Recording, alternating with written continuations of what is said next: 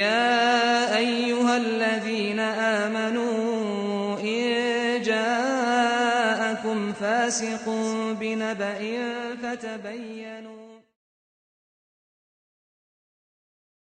It is my pleasure to be in the company of Dr. John Andrew Morrow, the author of The Covenants of the Prophet Muhammad with the Christians of the World. Dr. Morrow, for those who are not familiar, what is the term covenants? Well, as for your question, a covenant is a contract, an agreement, an undertaking, a commitment, a guarantee, a pledge, or a promise. In the context of Islam, the term covenant can also be translated as a treaty, a charter of rights and freedoms, or even a constitution. How many covenants did Muhammad grant, and to whom? The Prophet, peace and blessings be upon him, granted covenants of protection to the Christians of southern Arabia, to the Christians of Ethiopia, to the Christians of the Sinai, to the Christians of Egypt, to the Christians of Palestine and Lebanon, to the Christians of Syria, to the Christians of Iraq, Turkey, and Persia, and to the Christians of Armenia. So he only protected Christians? No, not at all. The first covenant he concluded included Muslims, Jews, and polytheists. They were all protected. They were all citizens of the state that the Prophet established in Medina. Beside the Jews of Central Arabia, he granted covenants to the Jews of Northern Arabia. What is more, he also granted covenants of protection to his Zoroastrian allies. Okay, well, this kind of sounds too good to be true. How are these covenants genuine? The covenants of the Prophet have been transmitted consecutively for the past 1400 years. They're found in both Christian and Muslim sources in half a dozen different languages. They're beyond any reasonable scholarly suspicion. Okay, so why would Muhammad, who was founding a new religion, seek to protect other faiths? I mean, like over the course of history, people have been trying to impose the religion on others. Why is this different? This is a good question. I mean, had he done so, he would have essentially contradicted the Quran. One of the earliest revelations he received stipulated, "To you your religion, and to me my religion." So Islam was an inclusive religion from the onset. Furthermore, the Prophet did not see himself as the founder of a new religion. He viewed himself as the last in a long line of monotheistic prophets, including Abraham, Moses, and Jesus. Islam was the final chapter of the book, you can say. It was not a new book. To deny Judaism and Christianity would have been to deny Islam itself. Okay, so why haven't we heard of these covenants before? How were they forgotten? The covenants of the Prophet were common knowledge for 1,300 years. They were known to all educated Muslims and many Western scholars before the fall of the Ottoman Empire. But then, partly because they formed the basis of official Ottoman policy on the treatment of religious minorities, when the empire disappeared, they more or less disappeared along with it. Okay, so how were these rediscovered? Although the Church of the East never forgot the covenants of the Prophet, this was not the case with the Church of the West. After the collapse of the Ottoman Empire, most Muslims became oblivious of the Prophet's covenants with the people of the book, both Jews and Christians. Fortunately for me, one of the first Muslim sources that I studied was the Ashtiname, the covenant of the Prophet Muhammad with the monks of Mount Sinai, when I was but 18 years old. It formed the foundation of my understanding of Islam. It was 2 decades and a half later that I set off on a quest for the covenants of the Prophet. As a result of my research, I brought to light charters of protection that had long been ignored by both Muslims and Christians. I uncovered these documents in ancient Muslim and Christian sources, many of which had been out of print for centuries. I also rediscovered certified copies of these covenants in ancient archives and monasteries around the world. Okay. How did you establish their authenticity? Well, to establish the authenticity of any document, you must study its content and examine its provenance.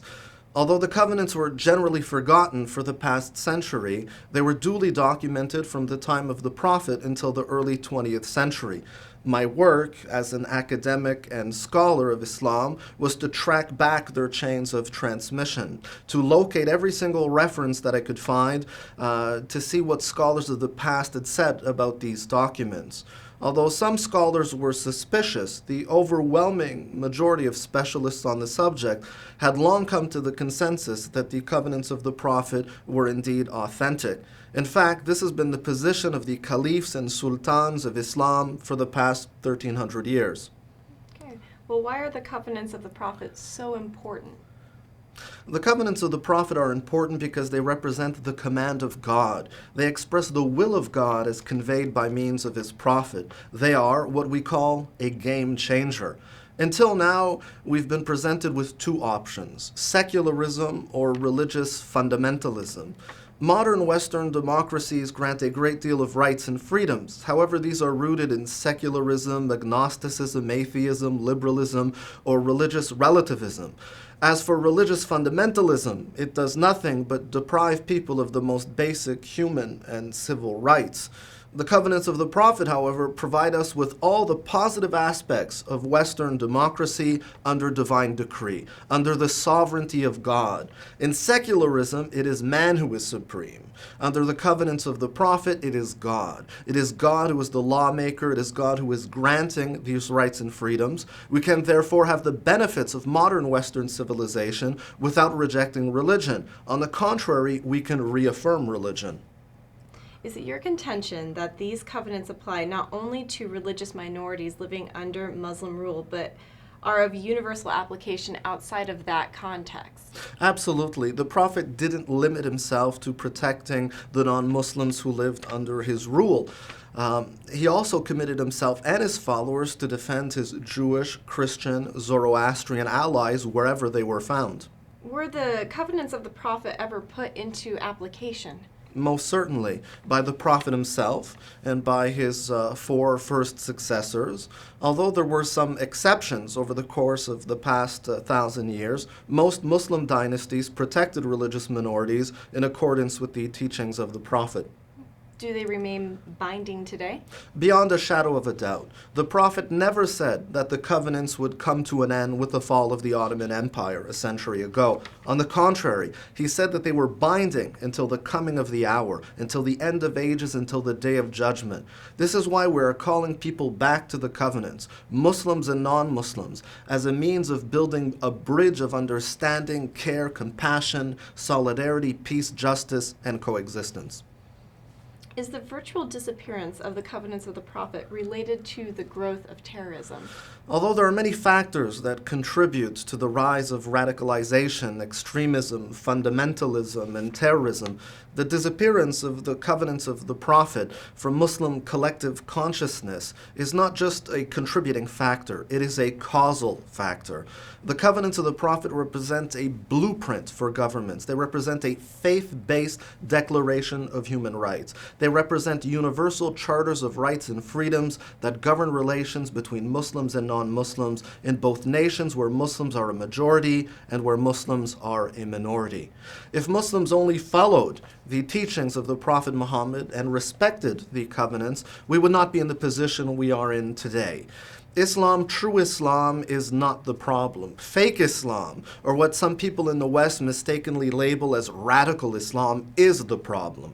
Attacking the Prophet and Islam is not the solution. Since only 0.001% of self-professed Muslims are terrorists, and since only 7% of self-professed Muslims sympathize with them, you alienate the 93% when you attack the Islamic religion. So side with the peaceful majority in your war against the violent minority. Otherwise, by insulting Islam and the Prophet, you play into the hands of the terrorist and help draw people to their cause. Do not put the majority in the same basket as the minority. That would be like putting all Christians in the same basket as the Klan. Terror has no religion. People of faith have a common enemy. Jews, Christians, and Muslims must join forces to fight the forces of hatred. Dr. Morrow, thank you so much for your inspiring words. Thank you, and thank God. May my words be a source of peace. يا أيها الذين آمنوا إن جاءكم فاسق بنبأ فتبينوا أن تصيبوا قوما بجهالة فتصبحوا على ما فعلتم نادمين